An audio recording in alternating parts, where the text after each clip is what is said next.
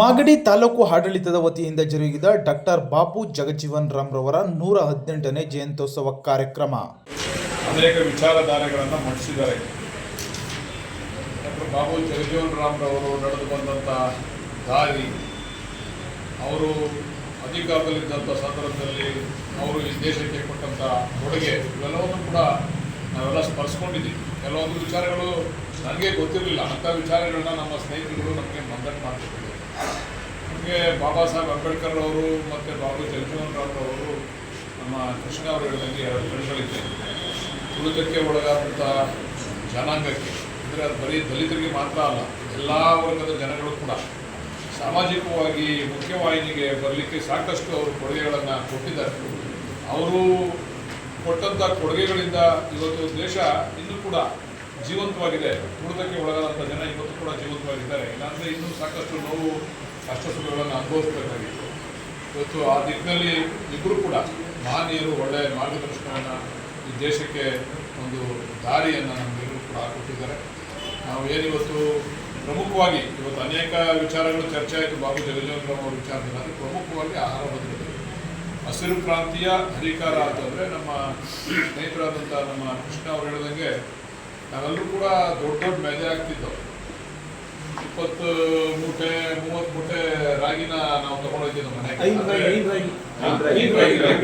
ತಗೊಂಡೋಗ್ತಿದ್ದೋ. ಅವಾಗೆಲ್ಲ ನಾವು ದೊಡ್ಡ ದೊಡ್ಡ ಮೆದೆ ಹಾಕಿ, ಇವತ್ತು ಚಿಕ್ಕ ಮೆದೆ ಹಾಕಿ ಹೆಚ್ಚು ರಾಗಿಯನ್ನ ಮನೆಗೆ ತೆಗೆದುಕೊಂಡು ಹೋಗ್ಬಿಡುವಂಥ ವಾತಾವರಣ ಏನಾದ್ರು ಇದ್ರೆ ಅವರು ಕೊಟ್ಟಂತ ಕೊಡುಗೆ. ಬಾಬು ಜಗಜೀವನ್ ರಾಮ್ ಅವರು ಕೃಷಿ ಮಂತ್ರಿ ಆಗಿದ್ದಂಥ ಸಂದರ್ಭದಲ್ಲಿ ಈ ದೇಶಕ್ಕೆ ಆಹಾರವನ್ನು ಇವತ್ತು ಬಹಳಷ್ಟು ಜನ ನೋವಿನಿಂದ ನಾವೆಲ್ಲ ನೋವನ್ನು ಅನುಭವಿಸ್ಬೇಕಾಗಿತ್ತು. ಹೊಟ್ಟೆಗೆ ಊಟ ಇದೆ, ಆದರೆ ಅದಕ್ಕೆ ಒಂದು ಎಲ್ಲರೂ ಕೂಡ ರೈತರಿಗೆ ಮತ್ತು ಸಾರ್ವಜನಿಕರು ಕೂಡ ಅನುಕೂಲ ಆಗ್ತಕ್ಕಂಥ ರೀತಿಯಲ್ಲಿ ಇವತ್ತು ಹಸಿರು ಕ್ರಾಂತಿಯನ್ನು ಈ ದೇಶಕ್ಕೆ ಕೊಟ್ಟಂಥ ಕೀರ್ತಿ. ಅನೇಕ ವಿಚಾರಗಳಿದ್ದಾವೆ. ಅವರೆಲ್ಲ ಎಲ್ಲ ಇಲಾಖೆಯಲ್ಲೂ ಕೂಡ ಆಡುಮುಟ್ಟದ ಸೊಪ್ಪಿಲ್ಲ. ಬಾಬು ಜಗಜೀವನ್ ರಾಮ್ ಅವರು ಆಡಳಿತ ನಡೆಸಿರ್ತಕ್ಕಂಥ ಇಲಾಖೆ ಇಲ್ಲ. ಆ ರೀತಿ ಅವರು ಅವರ ಕಾರ್ಯಕ್ರಮಗಳನ್ನೆಲ್ಲ ಕೊಟ್ಟಿದ್ದಾರೆ.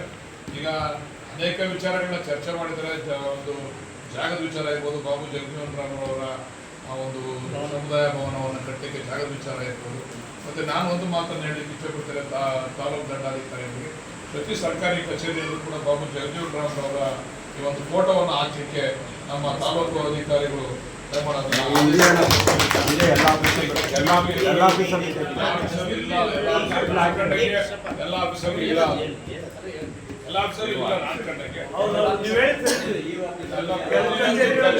ಸರ್ಕಾರಿ ಕಚೇರಿಗಳಲ್ಲೂ ಕೂಡ ಅದನ್ನ ಇಡೋದಕ್ಕೆ ಇವತ್ತು ತಾವು ಆದೇಶ ಮಾಡಿ ಎಲ್ಲ ಕಚೇರಿಗಳಲ್ಲೂ ಇಡ್ಲಿಕ್ಕೆ ಕಾರ್ಯಕ್ರಮವನ್ನು ಮಾಡಬೇಕು.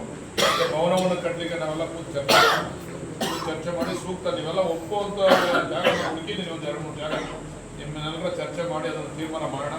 ಈಗ ನಮಗೆ 14ನೇ ತಾರೀಕು ಬಾಬಾ ಸಾಹೇಬ್ ಅಂಬೇಡ್ಕರ್ ಅವರ ದಿನಾಚರಣೆ ಇದೆ.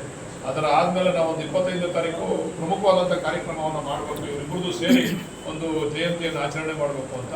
ಅಷ್ಟರಲ್ಲಿ ಒಂದು ಜಾಗದ ಬಗ್ಗೆ ನಾವು ಒಂದು ಕನ್ಫ್ಯೂಷನ್ಗೆ ಬರೋಣ ಅಂತಕ್ಕಂಥ ಮಾತನ್ನು ಕೂಡ ಈ ಸಂದರ್ಭದಲ್ಲಿ ಹೇಳ್ತಾ, ಈಗ ಯಾವ ರೀತಿ ಕಾರ್ಯಕ್ರಮವನ್ನು ಹಮ್ಮಿಕೋಬೇಕು ಅನ್ನೋದು 14ನೇ ತಾರೀಕು ನಾವು ಈ ಒಂದು ಇಲ್ಲಿ ಕಾರ್ಯಕ್ರಮ ಆದಮೇಲೆ ಕೂತು ನಾವೆಲ್ಲ ಸೇರಿ ಚರ್ಚೆ ಮಾಡಿ 25ನೇ ತಾರೀಕು ಕಾರ್ಯಕ್ರಮ ಯಾವ ರೀತಿ ಇರಬೇಕು, ಏನೇನು ಮಾಡಬೇಕು ಅಂತಕ್ಕಂಥದ್ದನ್ನು ನೀವು ಒಂದು ಆ್ಯಕ್ಷನ್ ಪ್ಲಾನನ್ನು ಮಾಡ್ಕೊಂಡ್ಬನ್ನಿ. ನೀವುಗಳು ಕೂಡ ಯಾವ ರೀತಿ ನಾವು ಮಾಡಬೇಕು ಅಂತೇಳಿ ನಾವು ನೀವೆಲ್ಲ ಸೇರಿ ಒಟ್ಟಾಗಿ ಮಂತ್ರಿಗಳನ್ನು ಆಹ್ವಾನ ಮಾಡಿ ಒಂದು ವಿಶೇಷವಾದಂಥ ರೀತಿಯಲ್ಲಿ ಇವರಿಬ್ಬರಿಗೂ ಕೂಡ ಗೌರವ ತರ್ತಕ್ಕಂಥ ರೀತಿಯಲ್ಲಿ ಒಂದು ಒಳ್ಳೆಯ ಕಾರ್ಯಕ್ರಮವನ್ನು ಮಾಡೋಣ ಅಂತಕ್ಕಂಥ ಮಾತನ್ನು ಈ ಸಂದರ್ಭದಲ್ಲಿ ಹೇಳ್ತಾ, ಇವತ್ತು ಮತ್ತೊಮ್ಮೆ ಡಾಕ್ಟರ್ ಬಾಬು ಜಗಜೀವನ್ ರಾಮ್ ರವರಿಗೆ ಅವರ ಹುಟ್ಟುಹಬ್ಬದ ಶುಭಾಶಯ. ಅಂದರೆ ಅವರ ಆತ್ಮಕ್ಕೆ ಶಾಂತಿ ಸಿಗಬೇಕಾದ್ರೆ ಅವರು ಹಾಕಿಕೊಟ್ಟಂಥ ಮಾರ್ಗದರ್ಶನದಲ್ಲಿ ನಾವೆಲ್ಲರೂ ಕೂಡ ನಡೆದಾಗ ಮಾತ್ರ ಸಾಧ್ಯ. ಅವತ್ತಿನ ಭಾರತನೇ ಬೇರೆ, ಇವತ್ತಿನ ಭಾರತನೇ ಬೇರೆ. ಈಗ ಸಾಕಷ್ಟು ಬದಲಾವಣೆ ಆಗಿದೆ, ಸುಧಾರಣೆ ಆಗಿದೆ. ಇವತ್ತು ಆ ಭಾರತವನ್ನು ನಾವು ನೋಡಲಿಕ್ಕೆ ಸಾಧ್ಯ ಇಲ್ಲ. ಅವತ್ತು ವ್ಯವಸ್ಥೆ ಬೇರೆ ರೀತಿ ಇತ್ತು. ಈಗ ಬಾಬಾ ಸಾಹೇಬ್ ಅಂಬೇಡ್ಕರ್ ಅವರು, ಜಗಜೀವನ್ ರಾಮ್ ರವರು ಇವರು ಹಾಕೊಟ್ಟಂಥ ದಾರಿಯಿಂದ ಹಲವಾರು ಸುಧಾರಣೆಗಳಾಗಿವೆ, ಬದಲಾವಣೆಗಳಾಗಿದ್ದಾವೆ.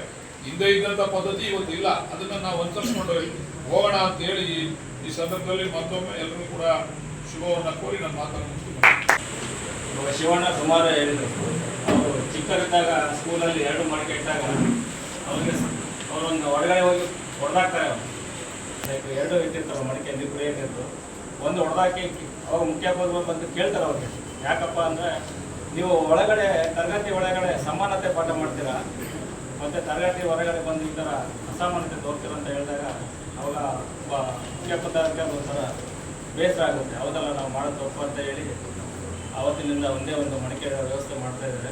ಅವರಿಗೆ ಸುಮಾರು 8-10 ವಯಸ್ಸಿನಲ್ಲೇ ಆ ಒಂದು ಇದಿತ್ತು, ಸಮಾನತೆ ಒಂದು ಹಕ್ಕು. ಅಂದರೆ ಇವಾಗ ಕಾನ್ಸ್ಟಿಟ್ಯೂಷನ್ ನಮ್ಮ ಸಂವಿಧಾನ ಬಂದಿದ್ದು 1950ರಲ್ಲಿ, ಆದ್ರೂ ಆ ಒಂದು 1918-20ರಲ್ಲಿ ಅವ್ರಿಗೆ ಜಗ್ಜಮ್ಮನವ್ರಿಗೂ ಸಮಾನತೆ ಇರಬೇಕು, ಅಸ್ಪೃಶ್ಯತೆ ದೊಡ್ಡಾಗಬೇಕು, ಮಹಿಳೆಯರಿಗೆ ಸಮಾನತೆ ಕೊಡಬೇಕು, ಮತ್ತು ದಲಿತರನ್ನ ಮೇಲ್ ತರಬೇಕು, ದಲಿತರಿಗೆ ಮತದಾನ ಹಕ್ಕು ನೀಡಬೇಕಂತೇಳಿ ಬ್ರಿಟಿಷ್ ಸರ್ಕಾರಕ್ಕೆ ಅವರು ಮನವಿ ಮಾಡ್ತಾರೆ.